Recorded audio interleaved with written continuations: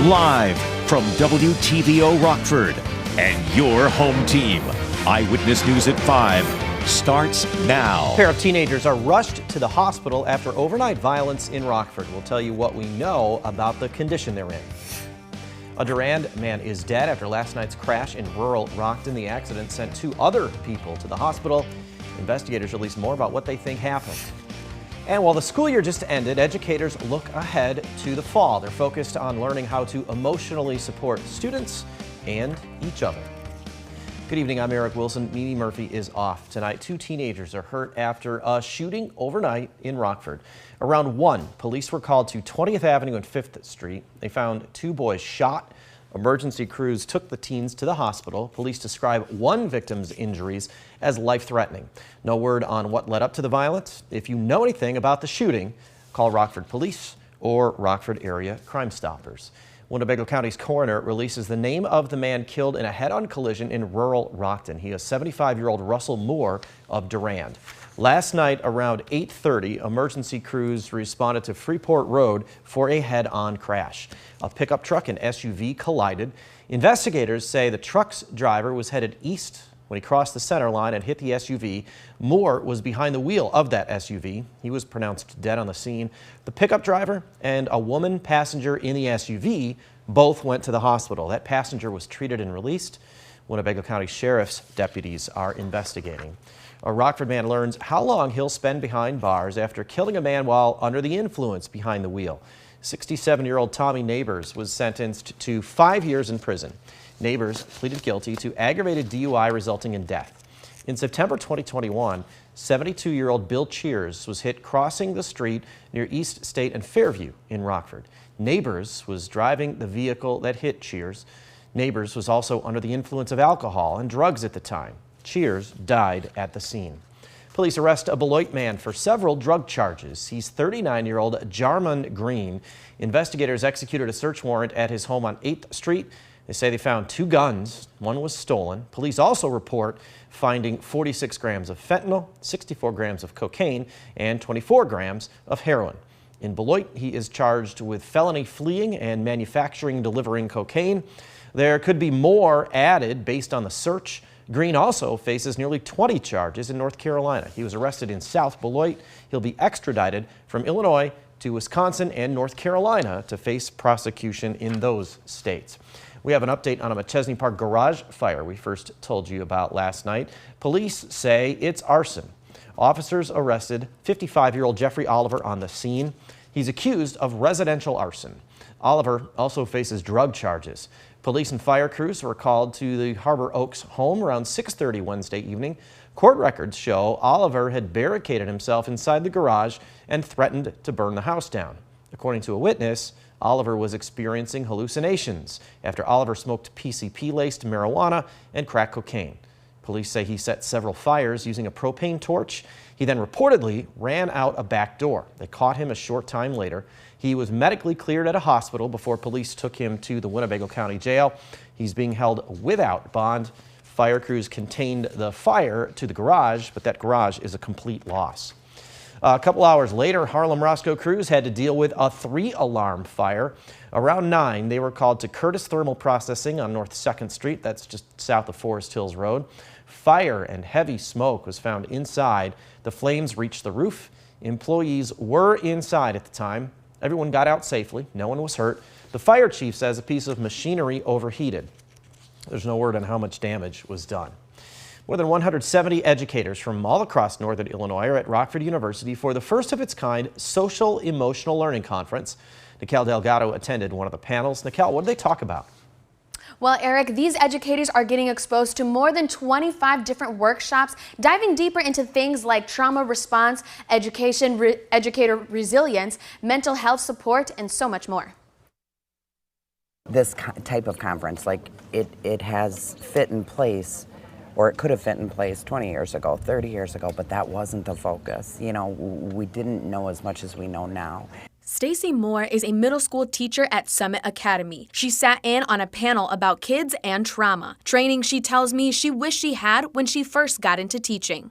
We have to be open to all of the different situations. We can't just expect that every kid's coming in well fed, they've had a good night's sleep, they have two parents at home that love them, you know, whatever it may be, that quote unquote traditional, because that isn't the world we live in. Heidi LaFleur is a trauma and social emotional learning specialist. She believes understanding a child's behavior is the most important aspect in the classroom, even before the curriculum. So often behavior is in the form of acting out physically, emotionally, kids running away, things like that. Some people go toward alcohol and drugs because they're trying to feel better. And really, at the end of the day, all of that is communication. One tip she gave for students dealing with violence and trauma at home is the bonfire behavior. Every behavior is a bonfire, right? It's roaring, and no matter where we are in life, we have behavior. And we can either trigger that behavior by adding fuel to it and raising the behavior, or we can add water to it and we can calm the behavior. Stacy is grateful for this opportunity and that it's happening right here in Rockford. The dedication, the devotion, the hours, the time, the sweat, the tears, that educators are putting into our children every day. Organizers tell me they are already discussing next year's conference. Eric? Thanks, Nicole. A Lake County, Illinois homeowner discovers what experts describe as two World War II anti-tank rockets. The Lake County Sheriff's Department responded to unincorporated Antioch. Police say the homeowner was doing yard work when the two rockets began sticking out of the ground. The homeowner started to dig them out. Waukegan's bomb squad was called. Team members took the rockets to an undisclosed location to see if the weapons would detonate. As a precaution, people in the area were evacuated until the two rockets were removed. We're getting a better idea on when Hard Rock's permanent casino in Rockford will open its doors. 815 Entertainment appeared in front of the Illinois Gaming Board this morning. The group was there to request a one-year extension for its temporary site. That's at the former Giovanni's on Bell School Road. Board members approved the extension. It can now remain open until November 2024. New details about the casino were revealed too. We learned construction at the former Clock Tower Resort is on schedule. The roof is slated to be installed later this month. Hard Rock expects to bring gaming equipment into the site in May next year. As for an opening date, Hard Rock's aiming for late August 2024. A local festival that for many people marks the start of summer kicks off.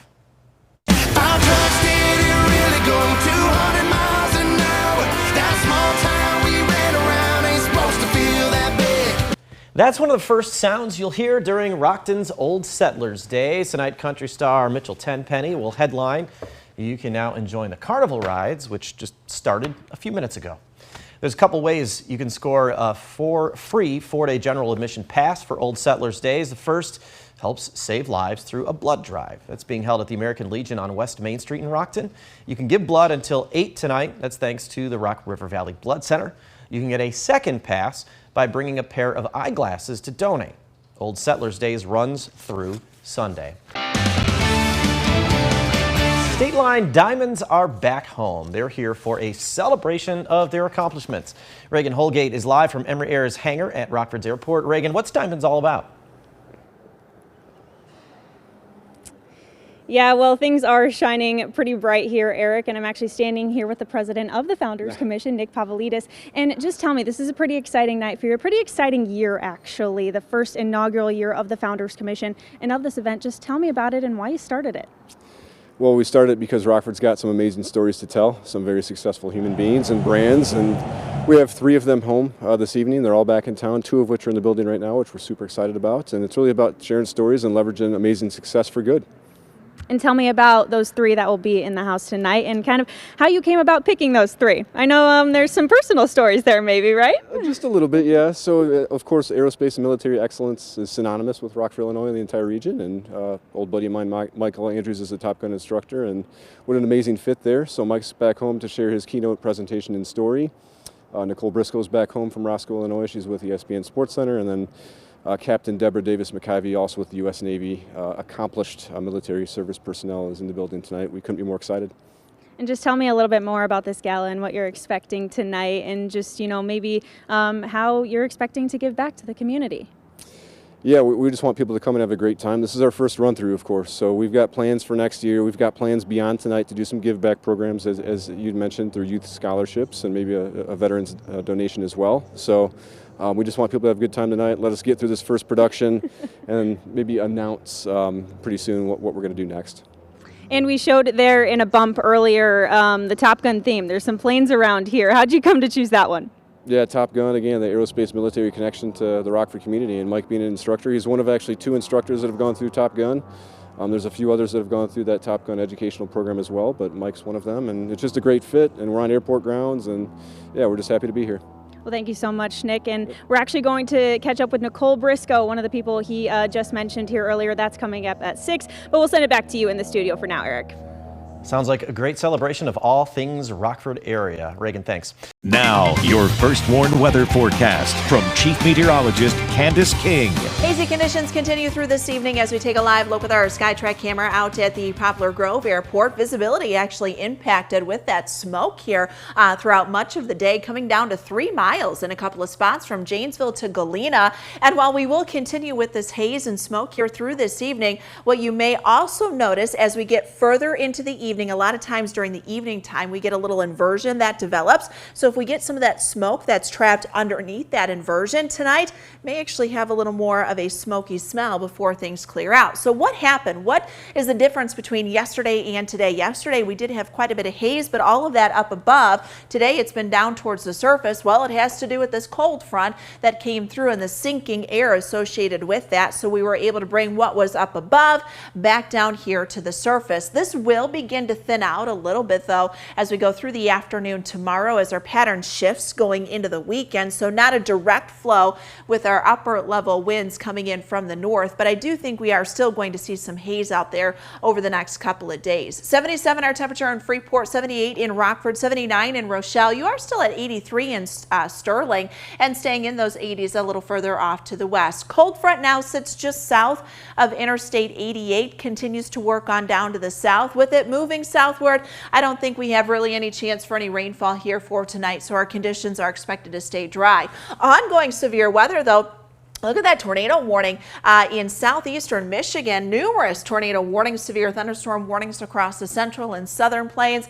That is where the active weather is going to stay here through tonight and really through the weekend, actually to our south and down to the southwest. Not going to help at all with the drought conditions that continue to develop and expand across the entire state. In fact, moderate drought conditions now for a good portion of the state line from northern Illinois up into southern Wisconsin, central Wisconsin too. Big jump from where it was just last week. And while we had a little bit of rainfall, it was not nearly enough to put a dent in that deficit. We have had just under 0.4 of an inch of rain so far for the month of June. Normal by this time, this date in the month, we should be just about 2.4. When we go back to April 1st, we have only had just a little over 5 inches. We should be double that plus for this time since April 1st. So we have had less than half of what we should typically see for this time of year. Reason being, since the beginning of April, we have been in this blocked pattern in our jet stream, which has just really kept a lot of that Gulf moisture from not making it this far north. So it's been blocked down to the south. And unfortunately, that blocking pattern is something that'll continue here as we go into next week. So our temperatures, they are going to warm, but we are going to stay mostly dry. I think tomorrow we start off with a little cloud cover, see some sunshine, 81, 84 on Saturday. Small chance for a shower Sunday night into Monday. Now sports with sports director Scott Leber. The Bears are headed into their summer break. They wrapped up their offseason workouts today in Lake Forest. Justin Fields finished on a strong note. He threw 4 touchdown passes during red zone and team drills. The most impressive one was a pass to Robert Tonyan in the deep corner of the end zone during red zone.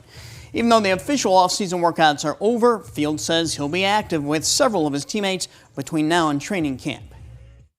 Probably mid-July, going to get the receivers, tight ends, running backs down to Florida, throw with them for a few days, and just right before we come back, and really just to get back on the same page, throwing routes with them, and just getting that chemistry up, on the field, off the field.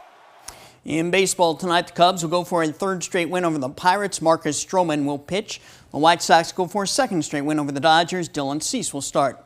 Fred VanVleet didn't get the chance to represent the United States in the Olympics. He might get a chance to do that in the FIBA World Cup. According to The Athletic, Team USA has reached out to Van Vliet to see if he's interested in playing in the summer tournament. It's going to start in August. No word on what his answer was. Currently, the USA roster has 10 players. 2 roster spots are still open. Some of the players who have committed to the team include Jalen Brunson, Brandon Ingram, and Jaren Jackson Jr. Arizona State University's basketball programs after 2 of our Rockford basketball stars. Former Auburn standout Mike Jones and former Boylan standout Tristan Ford have both indicated on Twitter that they received offers from ASU and head coach Bobby Hurley. One of Hurley's assistant coaches is Nick Irvin, a former high school coach at Chicago's Morgan Park. Ford and Jones both play for the McIrvin AAU team in the summer. Jones and Ford transferred out of Auburn and Boylan last summer to attend Chicago Prep Sports Career Academy. They're heading into their senior years.